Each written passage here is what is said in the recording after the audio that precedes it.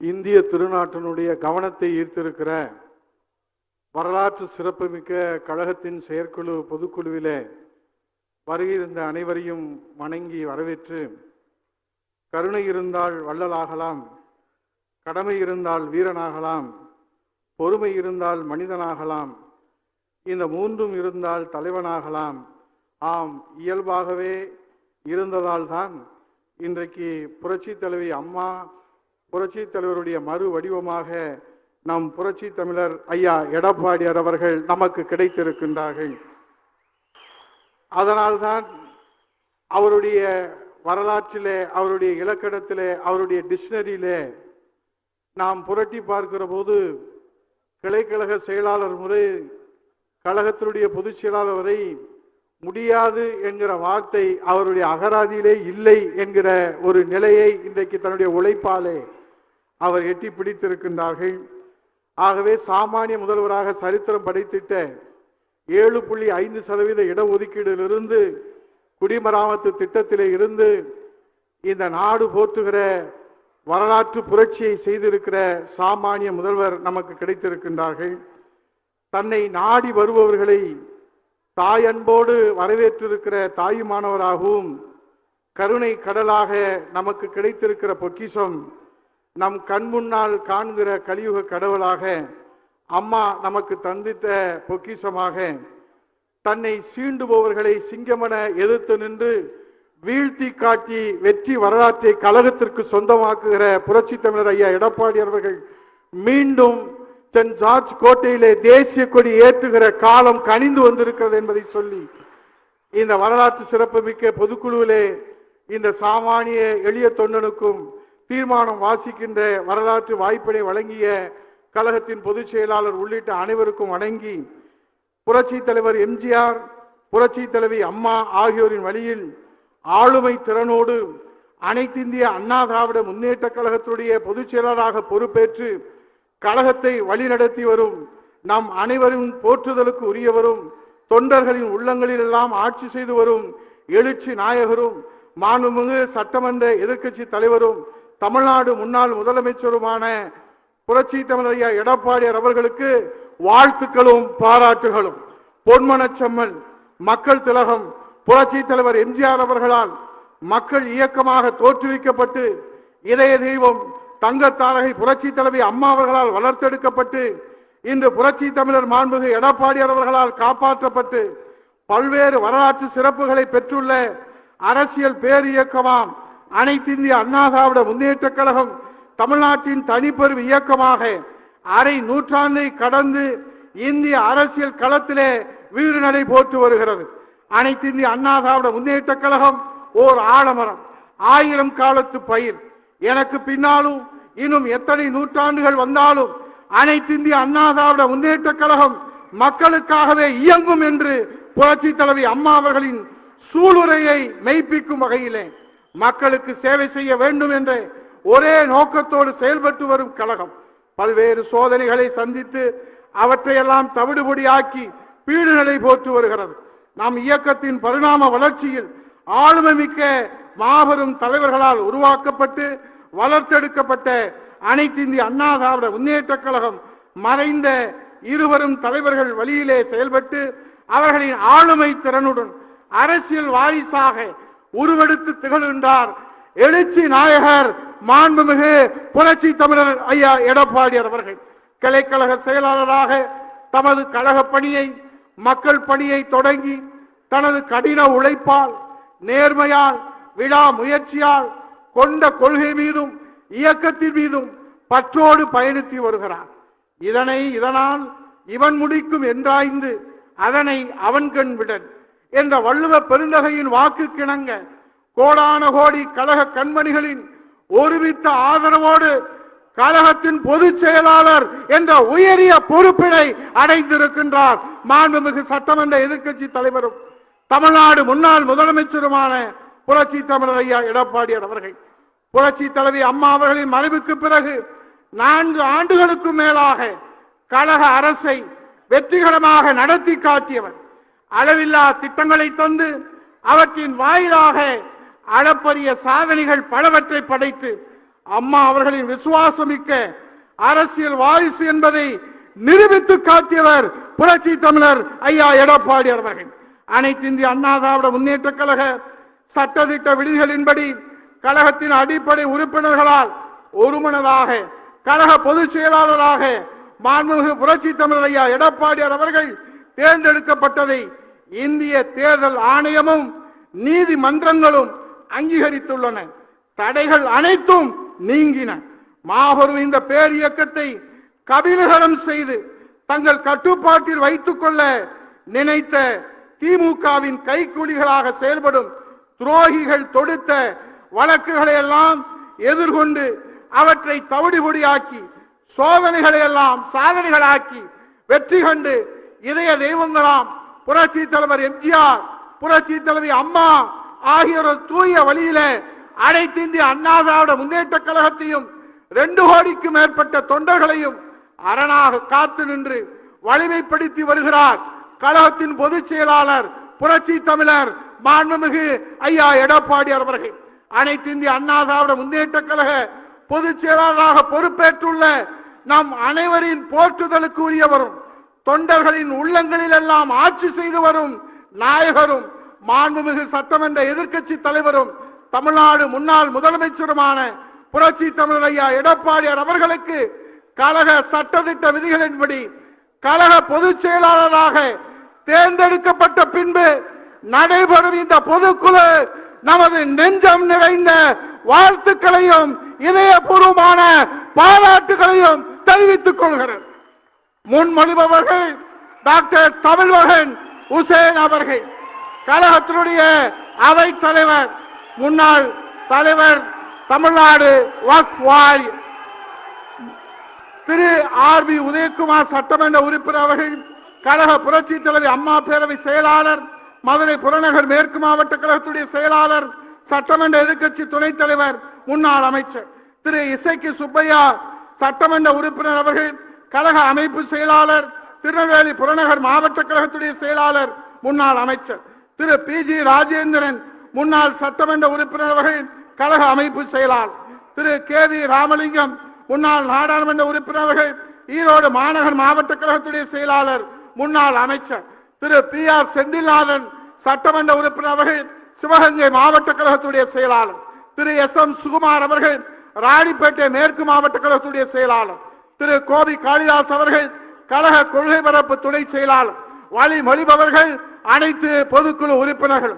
தீர்மானம் எண் 2, தந்தை பெரியார், பேரறிஞர் அண்ணா ஆகியோரின் கொள்கைகளையும் கோட்பாடுகளையும் தன் உயிர் மூச்சாக முன்னிறுத்தி தொடங்கப்பட்ட அனைத்து இந்திய அண்ணா திராவிட முன்னேற்ற கழகம் என்கிற மாபெரும் மக்கள் இயக்கம் மதுரையிலே நடத்திய கழக வீர வரலாற்றின் பொன்விழா எழுச்சி மாநாடு வரலாற்று வெற்றி பெற்றதற்கு நன்றியும் பாராட்டும். அனைத்து இந்திய அண்ணா திராவிட முன்னேற்ற கழக வீர வரலாற்றின் பொன்விழா எழுச்சி மாநாடு கடந்த 20/8/2023 அன்று மதுரையிலே நாம் இருவரும் இதய தெய்வங்களின் நல்லாட்சியோடு இந்தியாவை திரும்பி பார்க்கும் வண்ணம் இமயம் தொட்டு குமரி வரையிலே இதுபோல் ஒரு பேரெழுச்சி இதுவரை கண்டதுண்டா என அரசியல் வரலாற்று ஆர்வலர்களும் வியக்கும் வண்ணம் பெரும் வெற்றி பெற்றது.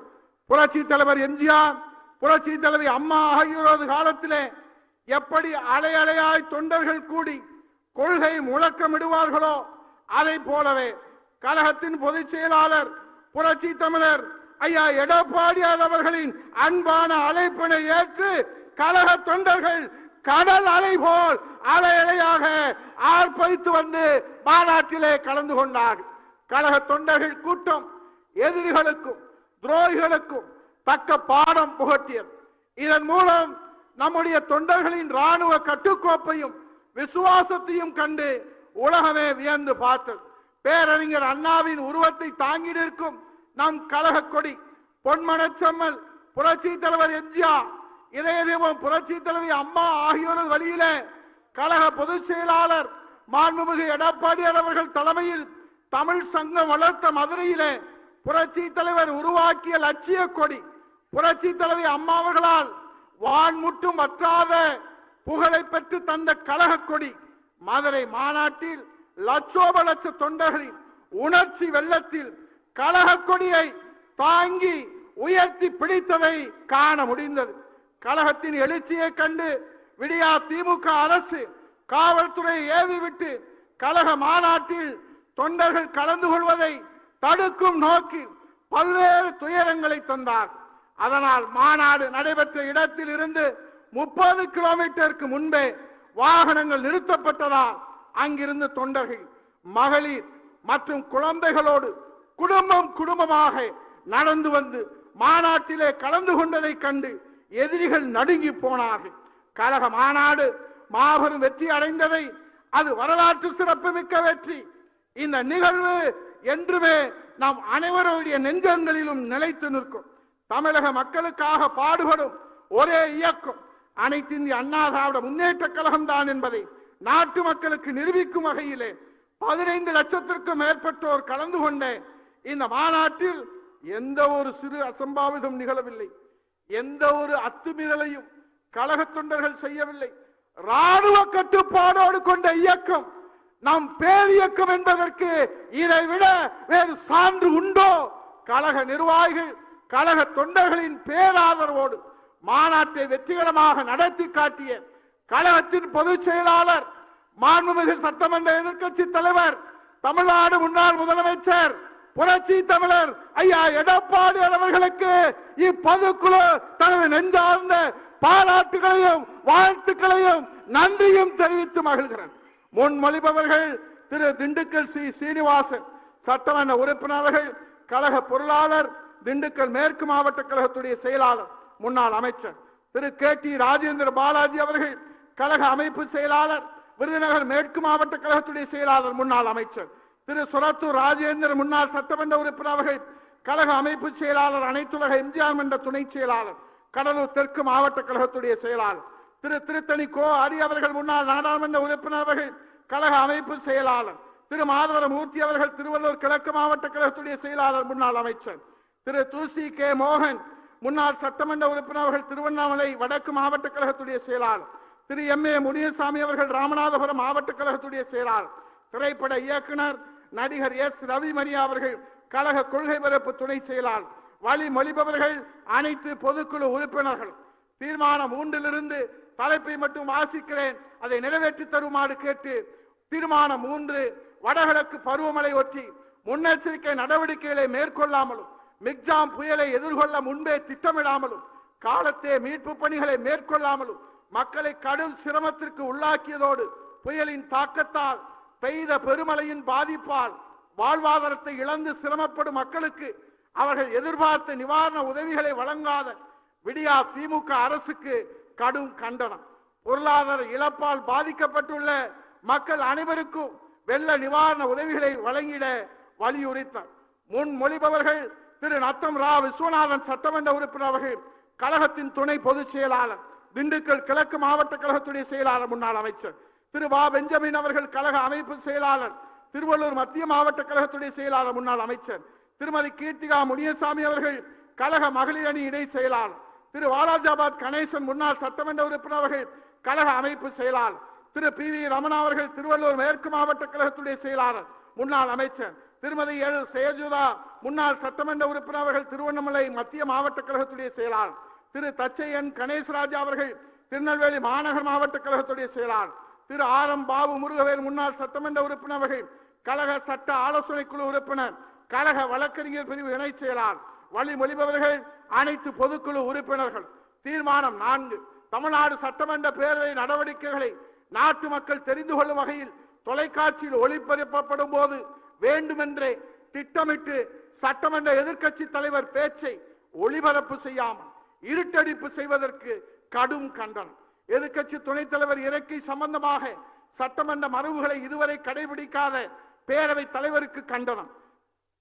தீர்மானம் 4 முன்மொழிபவர்கள் திரு சி பொன்னையன் அவர்கள், அனைத்துலக எம்ஜிஆர் மன்ற செயலாளர், கழக செய்தி தொடர்பாளர், முன்னாள் அமைச்சர் திரு வி கருப்பசாமி பாண்டியன், முன்னாள் சட்டமன்ற உறுப்பினர் அவர்கள், கழக அமைப்பு செயலாளர் திரு பா மோகன் அவர்கள், கழக அமைப்பு செயலாளர், முன்னாள் அமைச்சர் திரு S ஆசிமணி அவர்கள், கழக அமைப்பு செயலாளர் திரு சோமசுந்தரம் அவர்கள், காஞ்சிபுரம் மேற்கு மாவட்ட கழகத்துடைய செயலாளர், முன்னாள் அமைச்சர் திரு K பாண்டியன், சட்டமன்ற உறுப்பினர் அவர்கள், கடலூர் கிழக்கு மாவட்ட கழகத்துடைய செயலாளர் திரு சி கிருஷ்ணமுரளி சட்டமன்ற உறுப்பினர் அவர்கள் தென்காசி வடக்கு மாவட்ட கழகத்துடைய செயலாளர். திரு இ பாலமுருகன் அவர்கள் கழக சட்ட ஆலோசனை குழு உறுப்பினர், கழக வழக்கறிஞர் பிரிவு இணை செயலாளர். வழிமொழிபவர்கள் அனைத்து பொதுக்குழு உறுப்பினர்கள். தீர்மானம் 5, மீனவர்கள் நலன் பாதுகாக்க திமுகவால் தாரை வார்க்கப்பட்ட கச்சத்தீவை மீட்பதற்கு உரிய நடவடிக்கை மேற்கொள்ள விடியா திமுக அரசுக்கு வலியுறுத்தல் மற்றும் இலங்கை கடல் கொள்ளையர்களால் வாழ்வாதாரம் இழந்த மீனவ மக்களை வஞ்சிக்கும் விடியா திமுக அரசுக்கு கண்டனம். முன்மொழிபவர்கள் டாக்டர் மு தம்பிதுரை நாடாளுமன்ற உறுப்பினர் அவர்கள், கழகத்தின் கொள்கை பரப்பு செயலாளர், முன்னாள் மத்திய அமைச்சர். திரு அக்ரி எஸ் கிருஷ்ணமூர்த்தி சட்டமன்ற உறுப்பினர் அவர்கள், கழக விவசாய பிரிவு செயலாளர், திருவண்ணாமலை தெற்கு மாவட்ட கழகத்துடைய செயலாளர், முன்னாள் அமைச்சர். திரு முக்கூர் சுப்பிரமணியம் அவர்கள் கழக அமைப்பு செயலாளர், முன்னாள் அமைச்சர். திரு ஏ.கே. சீனிவாசன் அவர்கள் கழக அமைப்பு செயலாளர். திரு எஸ். ராமச்சந்திரன் அவர்கள் திருவண்ணாமலை கிழக்கு மாவட்ட கழகத்துடைய செயலாளர், முன்னாள் அமைச்சர்.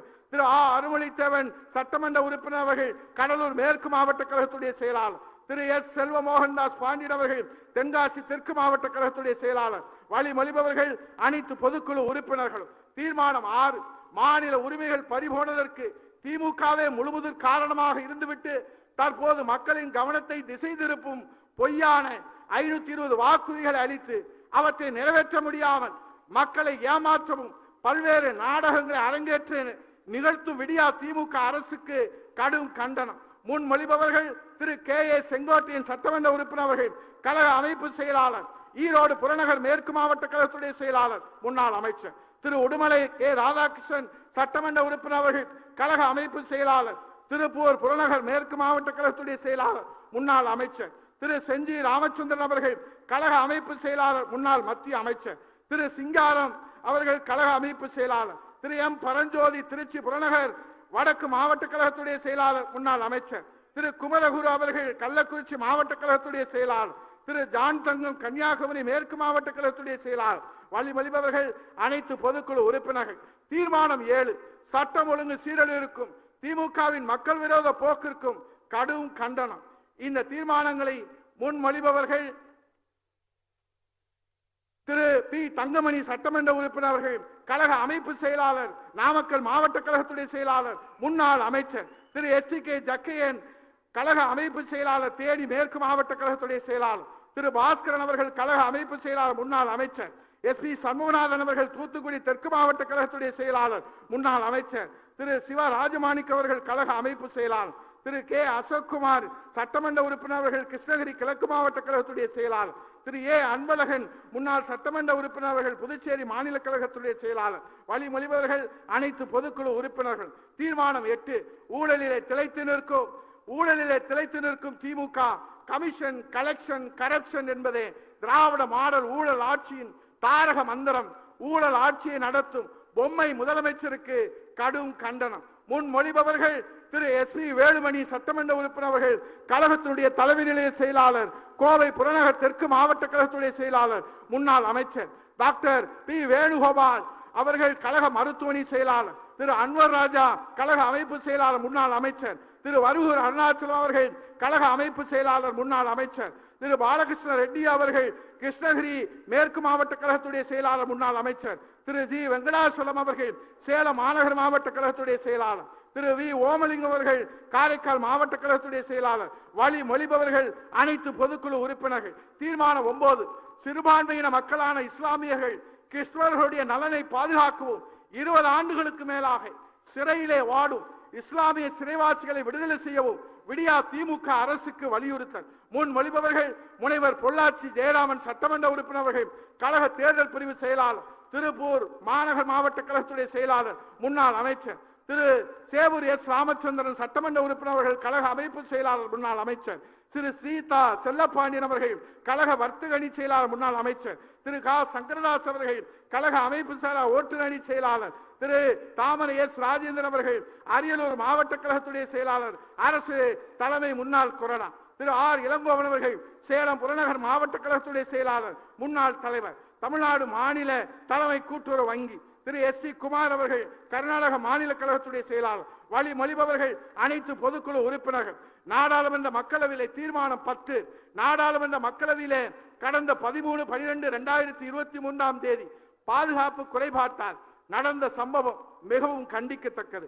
ஜனநாயக அமைப்புகளின் பாதுகாப்பை வலுப்படுத்த மத்திய அரசுக்கு வலியுறுத்தல். முன்மொழிபவர்கள் திரு டி ஜெயக்குமார் அவர்கள், கழக அமைப்பு செயலாளர், வடசென்னை தெற்கு கிழக்கு மாவட்ட கழகத்துடைய செயலாளர், முன்னாள் அமைச்சர் திரு வி ராஜன் செல்லப்பா சட்டமன்ற உறுப்பினர் அவர்கள், கழக அமைப்பு செயலாளர், மதுரை புறநகர் கிழக்கு மாவட்ட கழகத்துடைய செயலாளர் திரு சே தாமோதரன் சட்டமன்ற உறுப்பினர் அவர்கள், கழக அமைப்பு செயலாளர், முன்னாள் அமைச்சர், திரைப்பட இயக்குனர் திரு RV உதயகுமார் அவர்கள், கழக கலை பிரிவு செயலாளர், திரு கா ரவி எம்எல்ஏ அவர்கள், சு ரவி எம்எல்ஏ அவர்கள், ராணிப்பேட்டை கிழக்கு மாவட்ட கழகத்துடைய செயலாளர், திரு சி மகேந்திரன் சட்டமன்ற உறுப்பினர் அவர்கள், திருப்பூர் புறநகர் கிழக்கு மாவட்ட கழகத்துடைய செயலாளர், டாக்டர் ஆம்புரோஸ் வில்சன் அவர்கள், ஆந்திர மாநில கழகத்துடைய செயலாளர், வழிமொழிபவர்கள் அனைத்து பொதுக்குழு உறுப்பினர்கள். தீர்மானம் 11, ஈழத் தமிழர்கள் நலன் காக்க ஈழத் தமிழர்களுக்கு இரட்டை குடியுரிமை வழங்க வேண்டி மத்திய அரசை வலியுறுத்தல்.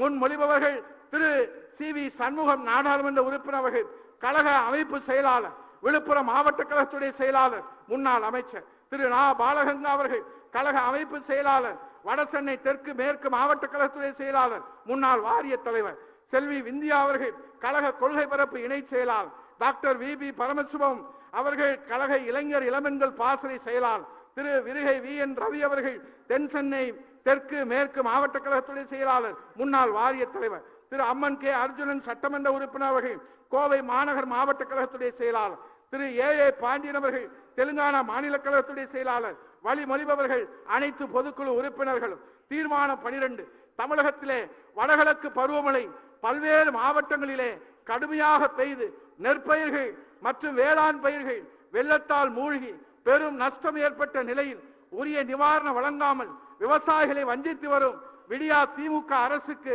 கடும் கண்டனம்.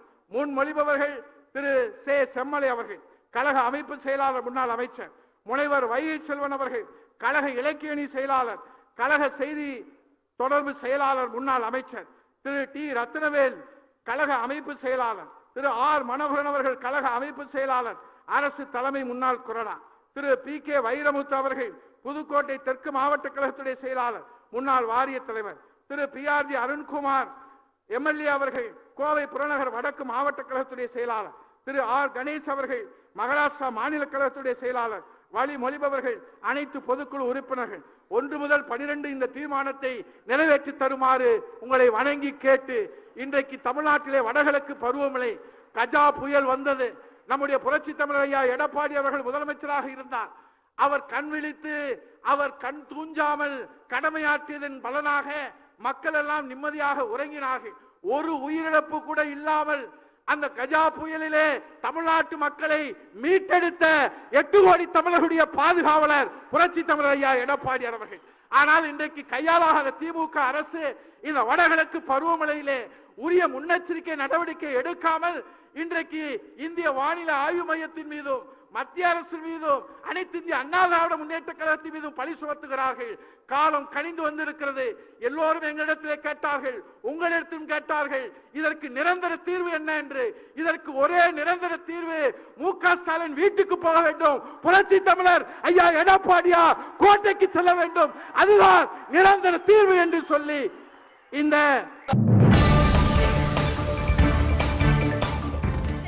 உடனுக்குடன் தெரிந்து கொள்ள நமது அம்மா இணையதள தொலைக்காட்சியை சப்ஸ்கிரைப் செய்து அருகில் உள்ள பெல் ஐகானை